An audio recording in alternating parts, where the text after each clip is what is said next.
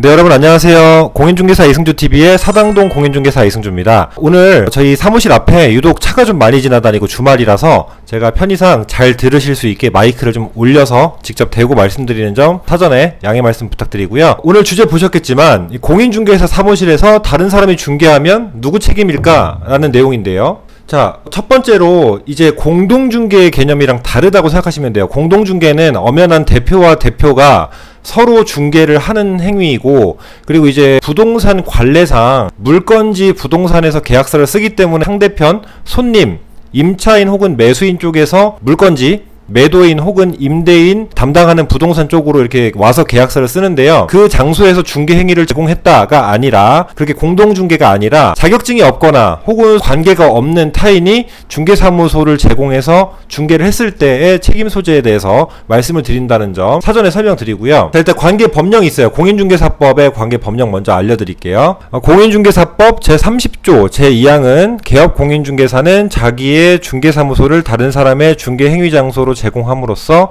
거래 당사자에게 재산상의 손해를 발생하게 한 때에는 그 손해를 배상할 책임이 있다고 하며, 장소 제공한 행위를 손해배상의 책임으로 규정하고 있대요. 여기서 다른 사람이란 중개사무소를 총괄하는 개업중개사가 아니고 무등록 개업공인중개사나 다른 중개사무소의 중개사가 자신의 중개사무소에서 중개 행위를 한 것까지 포함이에요. 공동중개는 뭐 문제가 생겼을 때 공제증서가 똑같이 나가기 때문에 책임이 똑같이 있는 거고요. 이 부분은 좀 다른 거죠. 장소를 제공했을 뿐인 겁니다.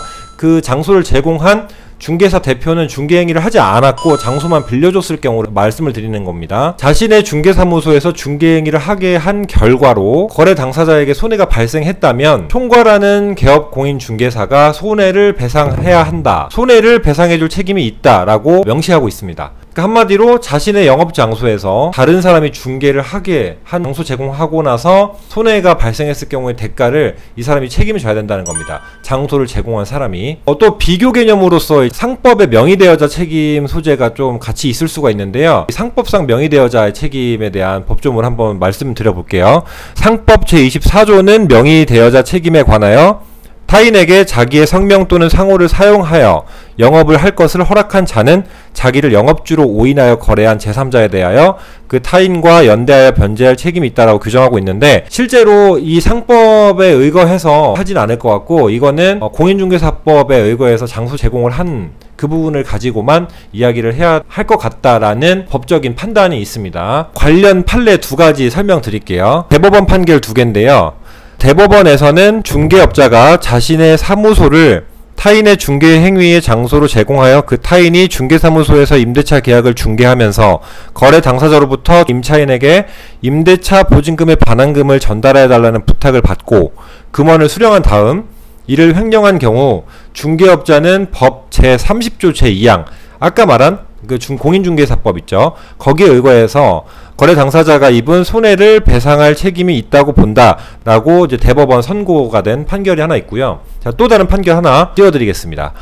이번에도 대법원 판결이고요. 공인중개사의 업무 및 부동산 거래 신고에 관한 법률 제30조 2항을 신설하고 동조 제3항에서 중개업자로 하여금 공제가입 등을 의무화한 것은 부동산 중개업자가 직접 사무실을 운영하지 아니하고 자격증을 대여한 경우에도 거래 당사자가 입은 손해를 중개업자가 책임지도록 하고 이를 실효성 있게 보장하는 데 있다 라고 판례가, 판시가 있습니다. 자, 한마디로 이 대표자라는 직함이 공인중개사에게는 굉장히 큰 무게감이 있을 만큼의 엄청난 무게감을 가져야 하는 자리이고, 1인이든 2인이든 법인이든 인원이 많든 어쨌든 이 중개사무소의 대표로 운영을 하고 있다면 되게 많은 책임감을 가지고 임해하고 장소 제공을 함부로 하면 안 됩니다. 되게 쉽게 생각하시는 분들이 많잖아요. 이 공인중개사 업무에 대해서. 잘 생각해보면은 몇천만원, 몇억, 몇십억 가지고 이제 부동산, 대부분 사람들의 전재산 혹은 많은 자산의 비중을 투하해서 이 사람을 믿고 계약을 해주는 거예요. 그리고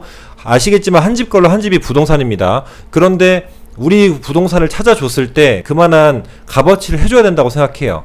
그게 바로 경쟁력이고, 그게 곧 지식이고, 이렇게 많이 공부하시고 이렇게 영상을 보시면서 같이 시간을 할애해 주시는 분들은 당연히 아는 만큼 보일 거고 그에 대한 좋은 대가가 따를 것이라고 생각이 됩니다. 자, 그래서 저도 이 판결문을 외우지 못하기 때문에 이렇게 판시사항이나 법조항을 같이 이렇게 읽지만 저도 같이 공부를 하면서 여러분들과 내용을 공유하고자 하는 게 제 채널의 취지라고 늘 말씀을 드리니까요. 자, 장소 제공은 함부로 하시면 안 된다. 공동중개랑은 다른 개념이고 명의대여 함부로 하시면 안 된다. 자, 예를 들면은 실무에서도 많이 보면 가족 중에 한 분이 자격증을 따놓고 그 대표 사무실에 대표 자격증을 걸어놓고서 자격증이 없는 직계 가족이나 다른 타인이 실제로 운영을 하는 경우가 굉장히 많아요. 저희 주변에도 있고 어디 가면 실제로 그런 경우들이 있어요. 그런 분들과 공동중개를 할 때는 대부분 기분 안 나쁘게 대표자님은 어디 계세요?